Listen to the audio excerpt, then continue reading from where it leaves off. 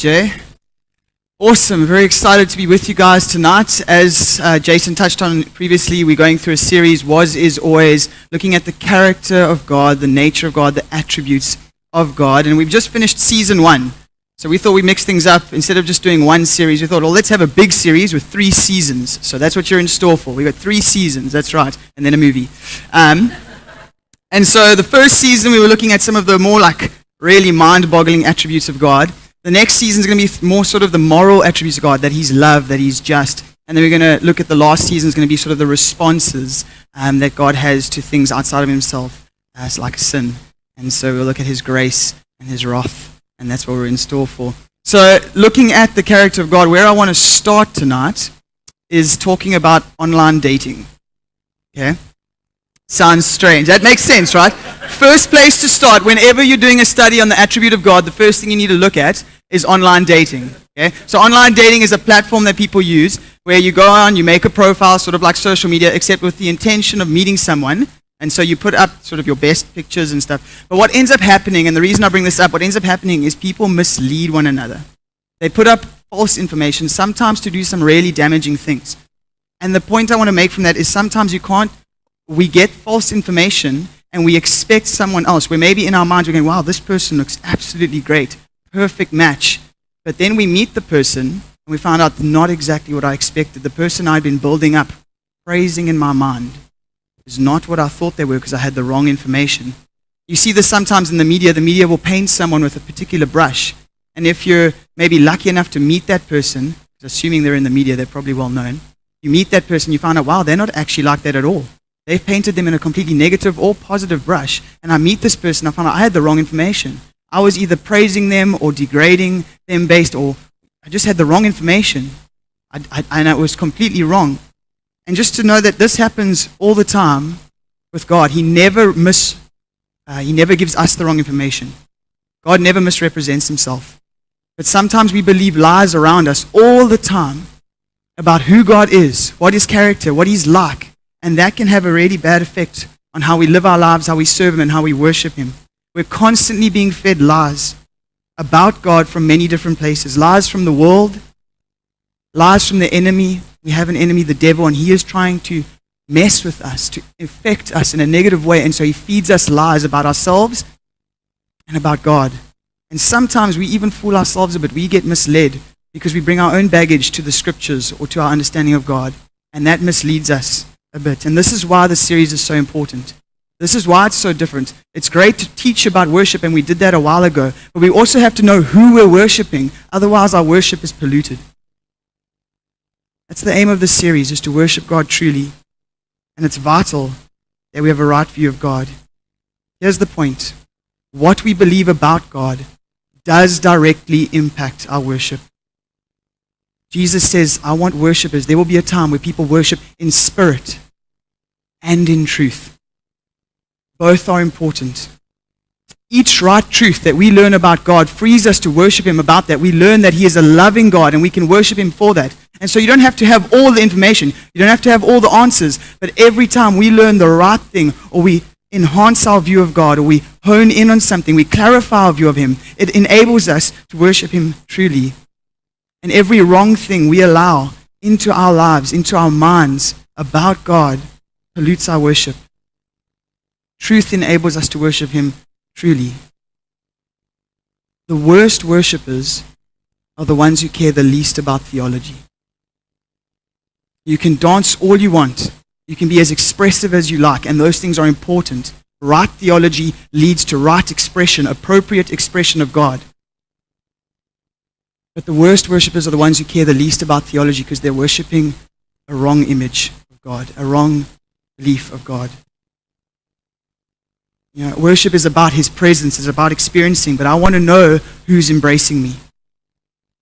I always want to know who's embracing me. If you embrace me, I want to know who you are.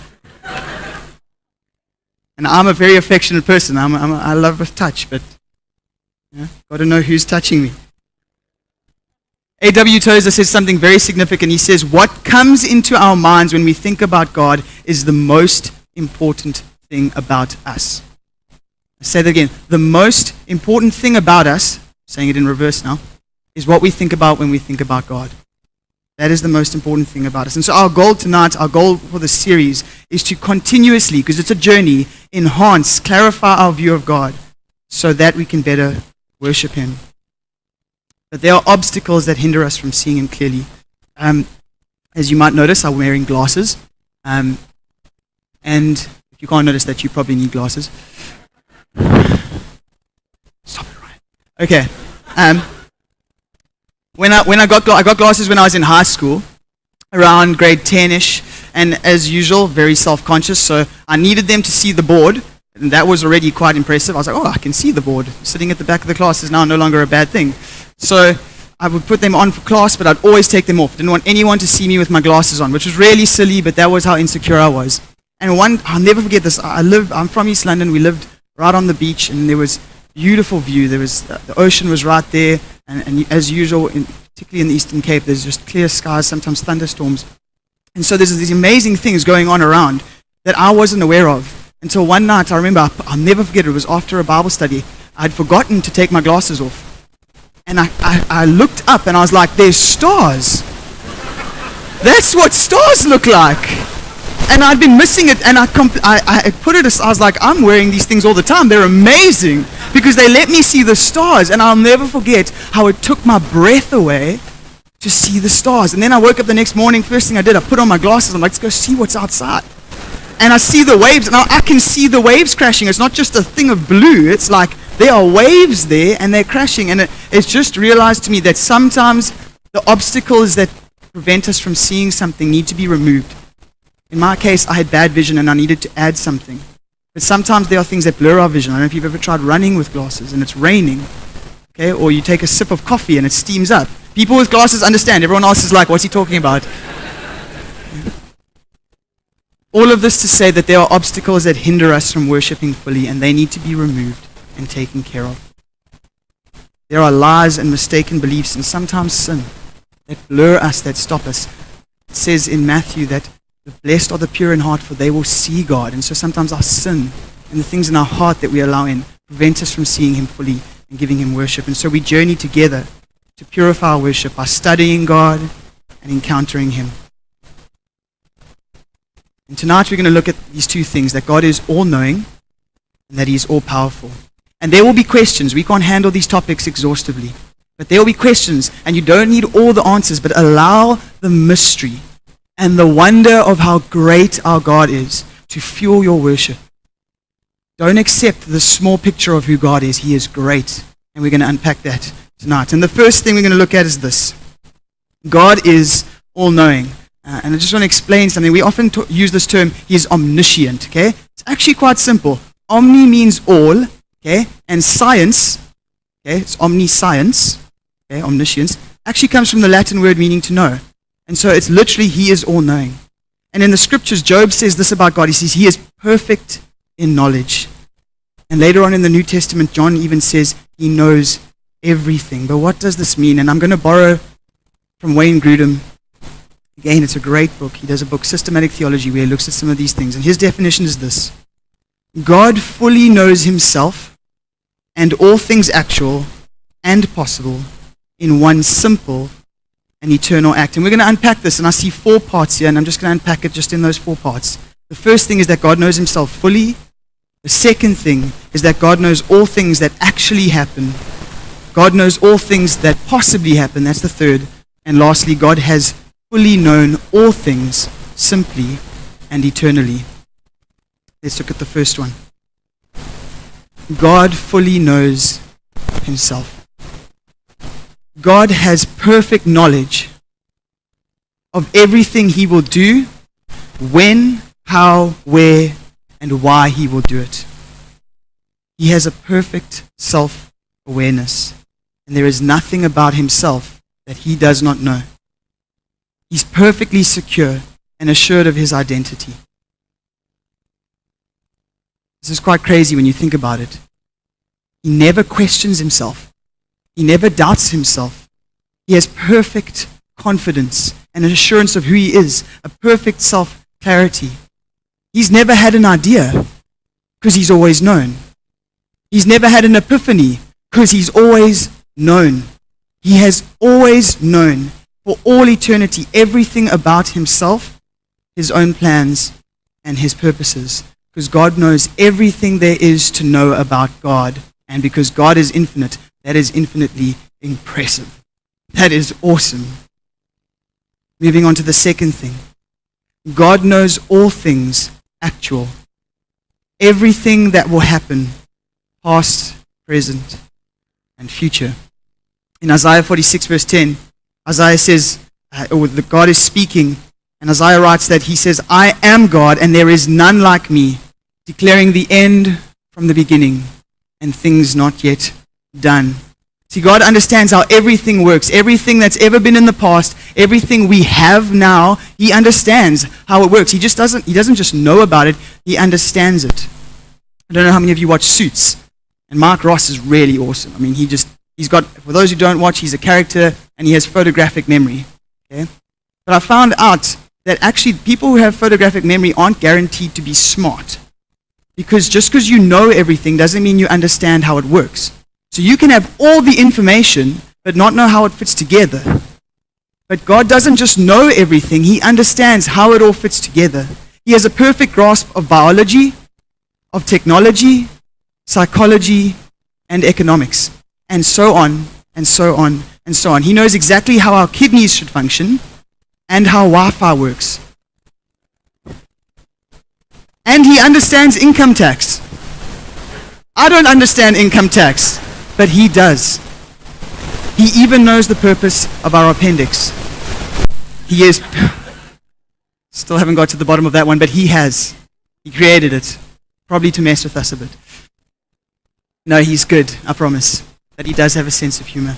He is perfectly informed on everything. And God also knows the tiniest details of our lives. Psalmist writes in 139, O Lord, you have searched me and known me. You know when I sit down and when I rise up. You discern my thoughts from afar. You search out my path and my lying down and are acquainted with all my ways. Even before a word is on my tongue, behold, O Lord, you know it all together. God knows us better than we will ever know ourselves. He has a perfect understanding of your heart and of your motives. And he still loves us the same. There's that song that Chris Tomlin writes. He says, you see the depths of my heart and you love me the same. You are amazing, God. There is nothing hidden from him, and yet he loves us. Matthew 10 verse 30 says that even the hairs on our head are all numbered. He knows everything about you and everything that will ever actually happen. And from my point of view, what's even more mind-boggling is that he knows everything that could happen. And that's the third thing. God knows all things possible. I'm going to say this twice. I felt I had to. God knows every possible outcome of every possible scenario that could ever possibly happen. Say it again. God knows every possible outcome of every possible scenario that could ever possibly happen. I don't know how many of you know about alternate or parallel universes, or what's actually rightly called the many worlds theory. Okay, this is a theory that anything that can happen does happen. And so there are many worlds, because at every choice, at every variable, both things happen, but we are experiencing our one line, okay? We're experiencing our one sort of line of that. And I've got a picture that helps us. It's sort of how this plays out in maybe a relationship. So there's the little guys, have my flower, and she's like, yes, I'll take your flower, and that's the one line. But then there's an alternate reality where she's like, no, I don't want your flower. And so then she like totally drops him, okay? And all of those, this is the theory now, all of those exist, okay? What I want you to know is that we don't believe those exist, and in fact, even in science, there's not much evidence that it does, okay? But God has a perfect knowledge of every one of those possible outcomes. He knows all the infinite possibilities that could ever have happened. I mean, think about that. At every possible variable, okay, the mathematicians are like, no, stop now, hold on. Every possible variable Every possible choice where it could have gone one way, another way, or maybe there was a third way, at every possible bend, okay, on the line of what's happening, God knows the outcome and the layout of all of them. All of them. And he's still able to distinguish the possible from the actual.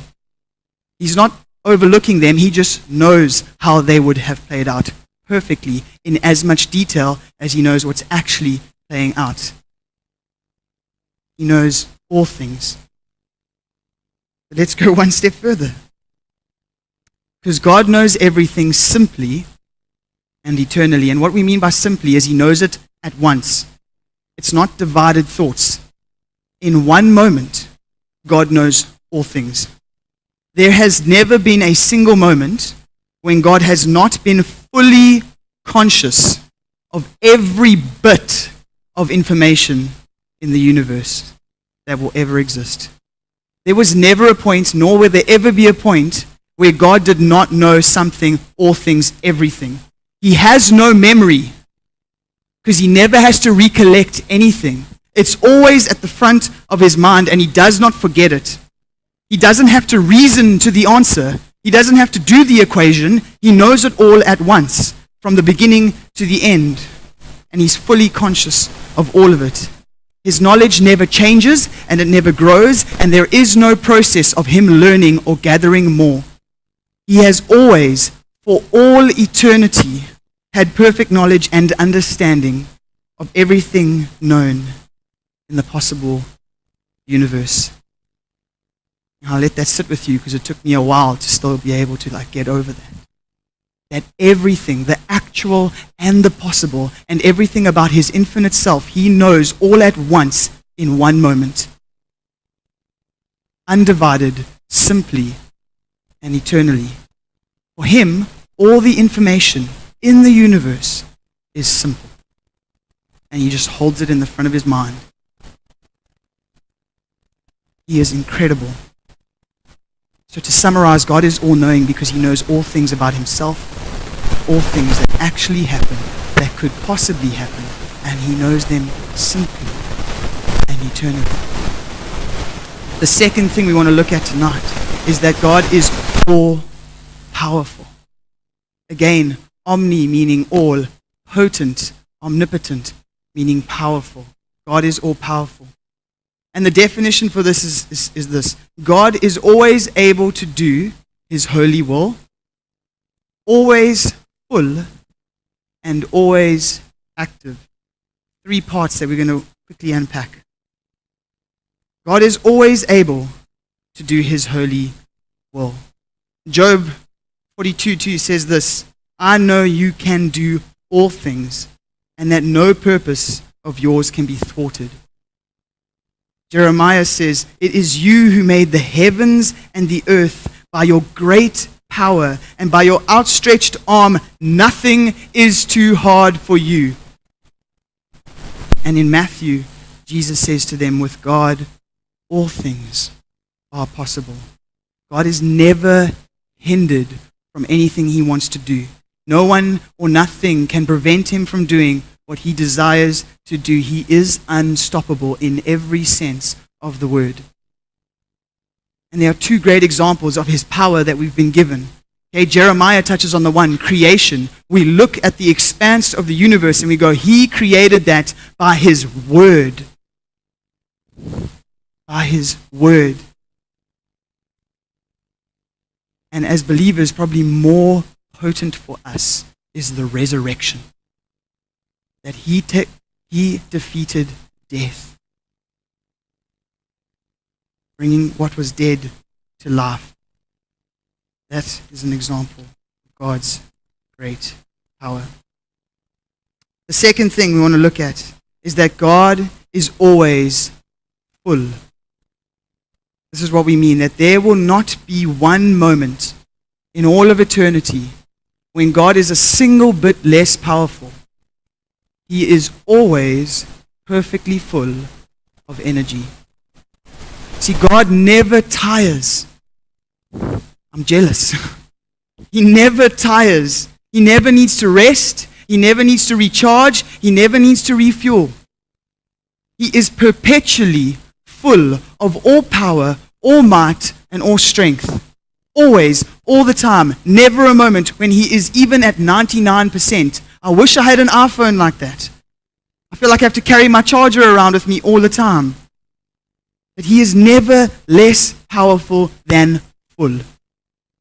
Always at maximum capacity. Always brimming with energy. Isaiah 40 says, "Have you not known?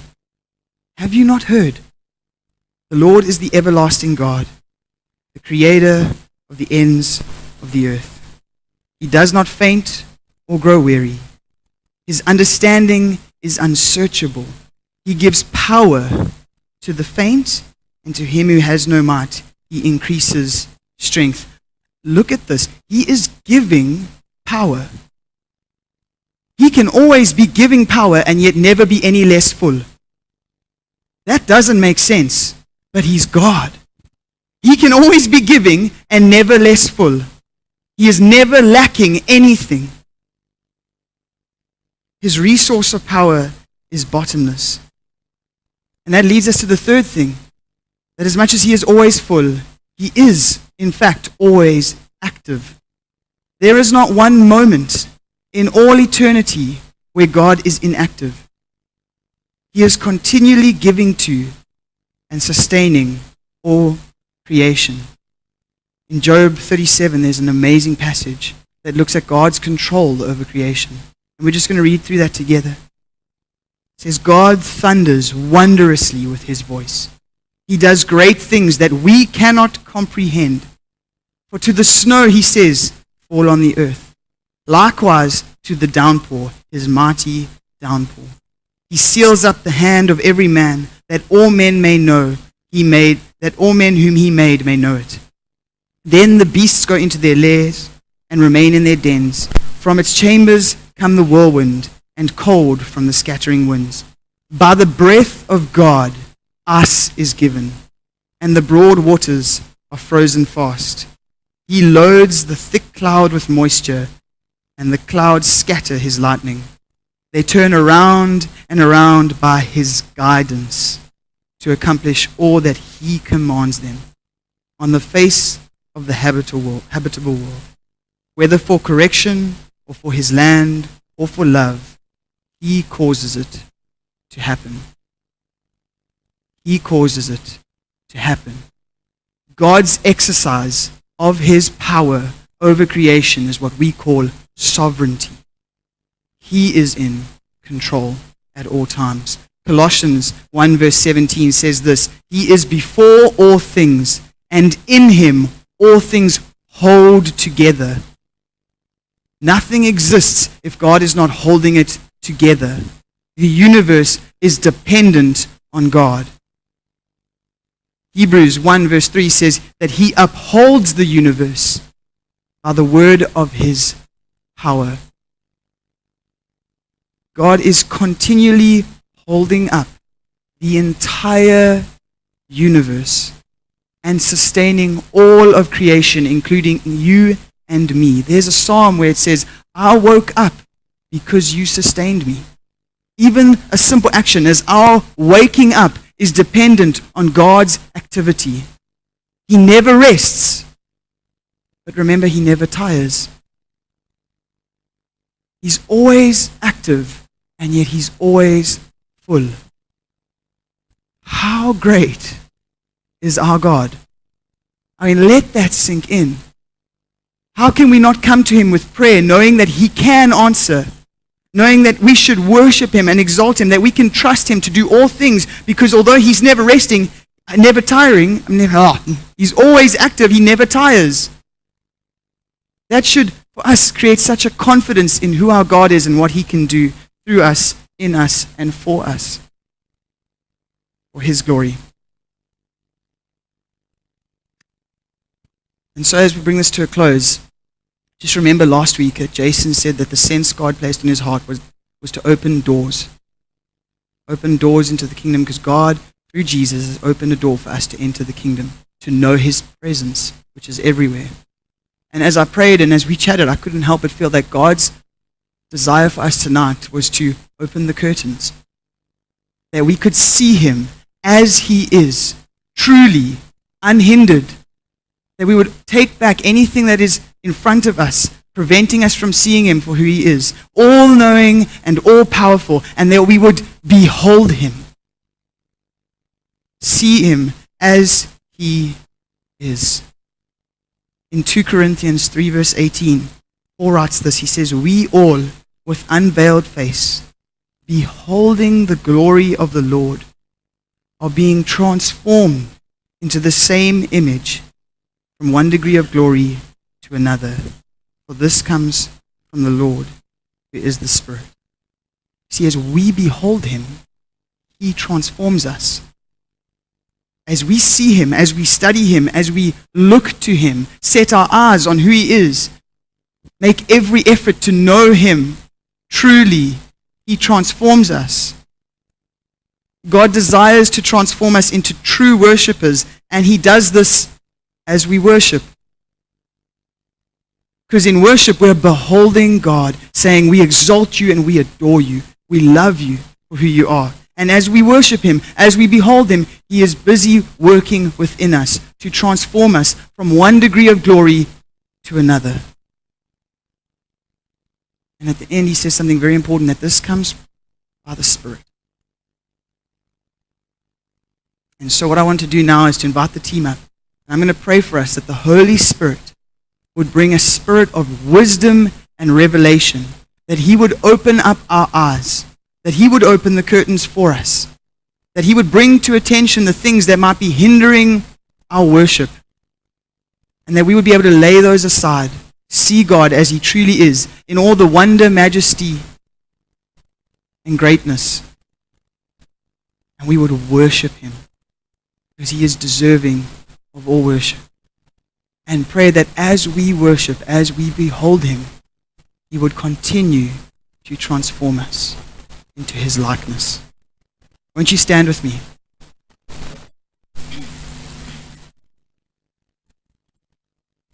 Let's just pray together.